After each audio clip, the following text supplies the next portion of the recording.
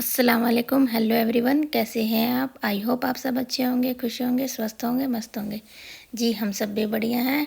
तो स्वागत करते हैं आपका अपने चैनल पर और एक नए और प्यारे से ब्लॉग में। जी इसकी शुरुआत होती है सुबह से। जी ये सुबह का टाइम है और मैं बना रही थी नाश्ता। आहिल तो स्कूल जा चुका है और अलीशा तो गई नहीं, उसने कर ली थी आज छुट्टी के। बोला मम्मी आज मेरा मन नहीं, मैं नहीं जा रही। तो मैं चलो कोई नहीं जी, बच्चा भी इतनी ज़बरदस्ती भी नहीं करनी चाहिए, कभी कभी छुट्टी कर लेनी चाहिए बच्चों को भी। तो मैं बना रही थी नाश्ता। अब ये वकील साहब भी नहीं गए थे तो वो भी थे, तो हमने किया अपने लिए बनाया मैंने नाश्ता। और आज मैंने नाश्ते बनाए थे पनीर के पराठे। ज़्यादा कुछ नहीं डाला, बस प्याज, हरा धनिया, हरी मिर्च, पिसा हुआ धनिया और नमक और थोड़ी सी लाल मिर्च, बस यही डाल के मैंने बनाए थे पनीर के पराठे।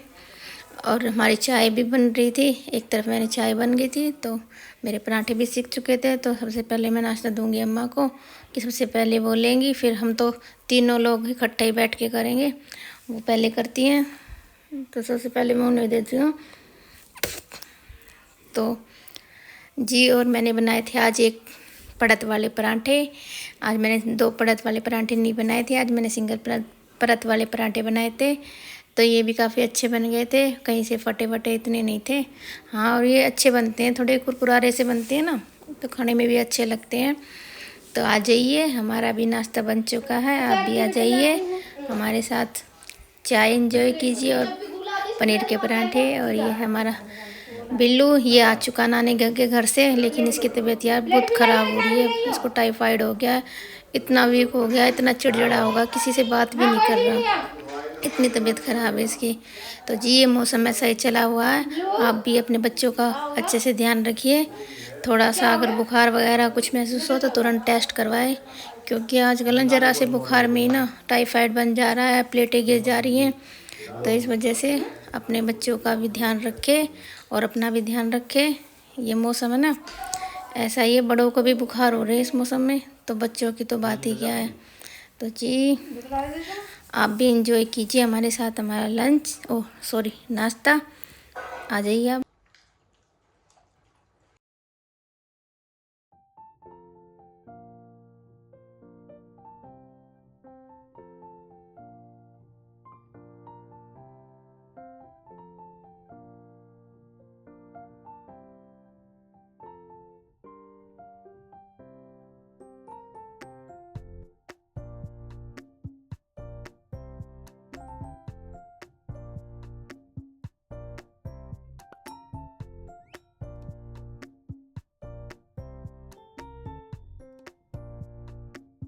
तो जी सारा काम मेरा हो चुका था, मैंने सारा काम निपटा दिया था, खाना पीना सफाई बर्तन सब वगैरह से फारिग होके मैं आ गई थी फिर अपने सूटों की कटिंग करने।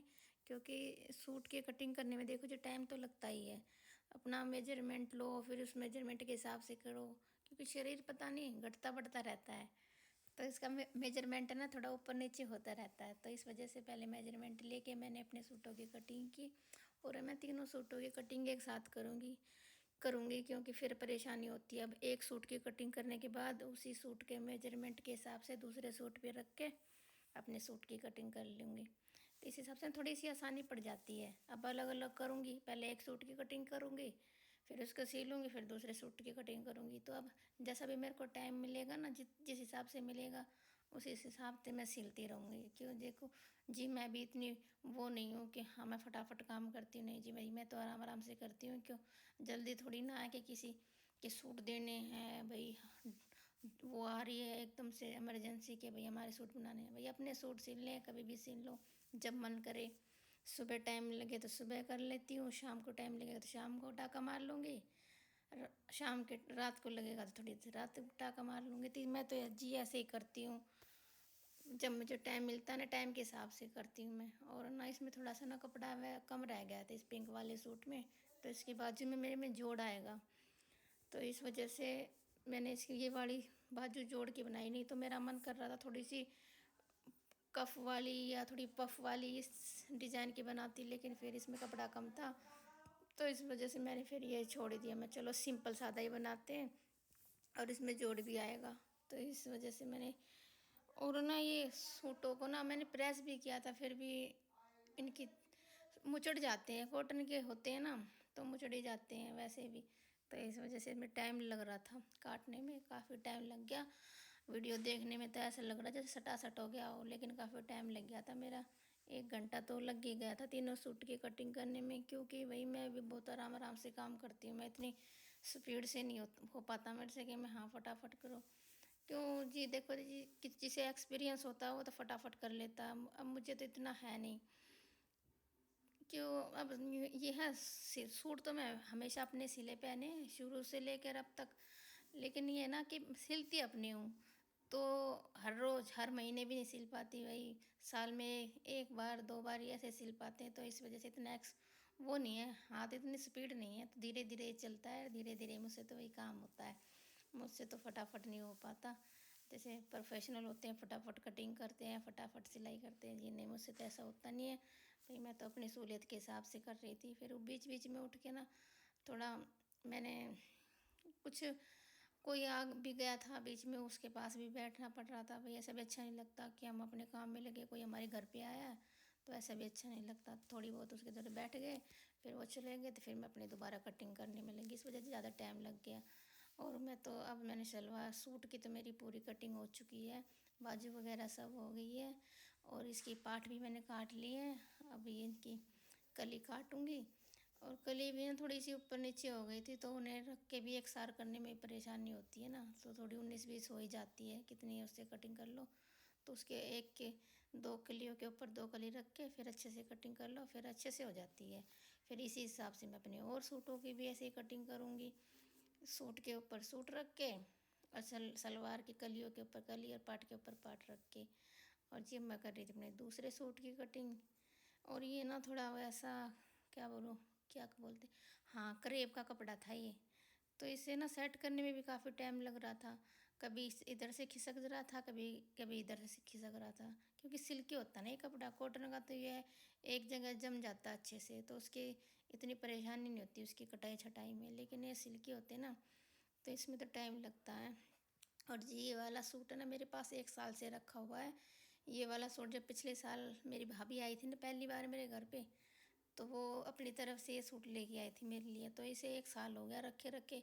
मैंने बहुत बार सोचा कि मैं इसे सिल लूँ, ये सिल लूँ, लेकिन हर बार अस्तर की वजह से रह जा रहा था कि भाई देखो जी, मुझे तो अकेले बाज़ार जाने में ना इतनी दिक्कत होती है, मैं आपको बता भी नहीं सकती। और ना ही आप खुद ही समझ जाइए मेरी परेशानी को।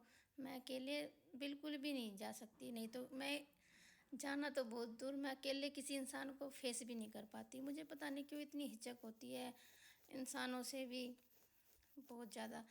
और इसको सेट करने में मुझे काफ़ी टाइम लग गया था, कि उसका कपड़ा तो उस पहले वाले सूट से भी ज़्यादा हल्का था और सिल्की था। तो ये बार बार कभी इधर से वो हो रहा था, कभी इधर से हो रहा। कुछ कढ़ाई की भी होती है ना, जो इसको प्रॉपर शेप में लेना पड़ता है, नहीं तो फिर ना टेढ़ा वेढ़ा हो जाता है। इस वजह से इसमें काफ़ी टाइम लग गया था। इस और तो सूट मेरे जल्दी कट गए, लेकिन ये वाला सूट काटने में ना मुझे बहुत मशक्क़त करनी पड़ी। और भाई मैं सारे सूट खुद ही सिलती हूँ, मैं टेलर वगैरह से नहीं सिलवाती। मैं देखिए मैं कितना पैसा बचाती हूँ वकील साहब का, फिर भी वकील साहब ऐसे खर्चावती नाम रखते हैं मेरा, कि खर्चावती कितना खर्चा करेगी। सारे सिलाई के कपड़े अब इनके देख, इनको मान के चलो अस्तर वाले सूट को अगर मैं बाहर से सिलाती, तो टेलर भी 500 रुपये से तो कम नहीं लेता ना। कितने 1000-1500 रुपये तो बचाए होंगे मैंने वकील साहब के, फिर भी वकील साहब मुझे खर्चावती का नाम देते हैं। उन्होंने टाइटल दे रखा खर्चावती। अब बताओ, ज़रूरत की चीज़ें भी नहीं लेंगे तो क्या लेंगे बताइए। हमारे वकील साहब भी ना, बस क्या ही कहें उनकी, जितनी तारीफ़ करिए उतनी कम है। और आप भी बताइएगा कि आपके ये भी ऐसे ही करते हैं कि आपको भी खर्चावती बोलते हैं, जैसे हमारे वकील साहब हमें खर्चावती बोलते हैं। तो जी मेरे सारे सूटों की हो गई कटिंग। अब मैंने सबको अलग अलग बांध बांध के रख लिया कि जो भी मुझे सिलना होगा ना मैं उसे सिल लूँगी। सूट को अलग, सलवार को अलग, अलग अलग करके रख लिया कि मैं ना ऐसे सिलती हूँ। मैं एकदम से पूरा सूट तैयार नहीं करती एक दिन में, मैं तो भैया आराम आराम से करती। जैसे एक दिन मैंने सलवार सिल ली, अगर मेरे पास टाइम है, मेरा मन है, तो मैं पोंछे भी रेडी कर देती हूँ उसी दिन। अगर नहीं है तो फिर अगले दिन मैं उसके पाँचे बनाती हूँ। तो जी अब है मेरा सारा आराम किया। फिर मैंने शाम का टाइम था तो कुछ सब्ज़ी वगैरह थी नहीं, तो मैंने आज आलू मटर के चावल बनाए और काफ़ी अच्छे बने थे। तो आ जाइए आप लोग भी एंजॉय करते हैं। क्या कर रहा है? इसमें पेंसिल है बेटा। कितना बखेड़ा फैलाता है ना। अब सारा समेट कर रख देना जैसे फैलाया है। देखो, देखिए गाइस कैसे फैलाता है ये। ऐसे इसके काम की चीज़ नहीं है तो भी ऐसे उठपटांग हरकतें। ठीक है बेटा, अच्छे से समेट देना, ठीक है। और यहाँ पे मेरा बेटा, मेरा छोटू सा बेटू कर रहा था ड्राइंग। और देखिए कितनी अच्छी ड्राइंग की है इसने। टीवी में देख रहा था, टीवी में देख देख के इसने ऐसे ड्राइंग की है। देखिए कितनी अच्छी ड्राइंग की है। अल्लाह लिखा है इसने ड्राइंग में। कितना अच्छा लगा, माशाल्लाह। मेरा बच्चा कितनी अच्छी वो करता है ड्राइंग। आप भी कमेंट करके ज़रूर बताना कि मेरे बेटे ने कैसी ड्राइंग की है। देखिए कितना इनोसेंट लग रहा है ये देखने में, लेकिन है नहीं, बहुत बदमाश है ये। तो जी इसी के साथ करते हैं हम आज के ब्लॉग की एंडिंग। आई होप आज का ब्लॉग का आपको पसंद आया होगा। पसंद आया तो लाइक शेयर सब्सक्राइब कर दीजिएगा। तब तक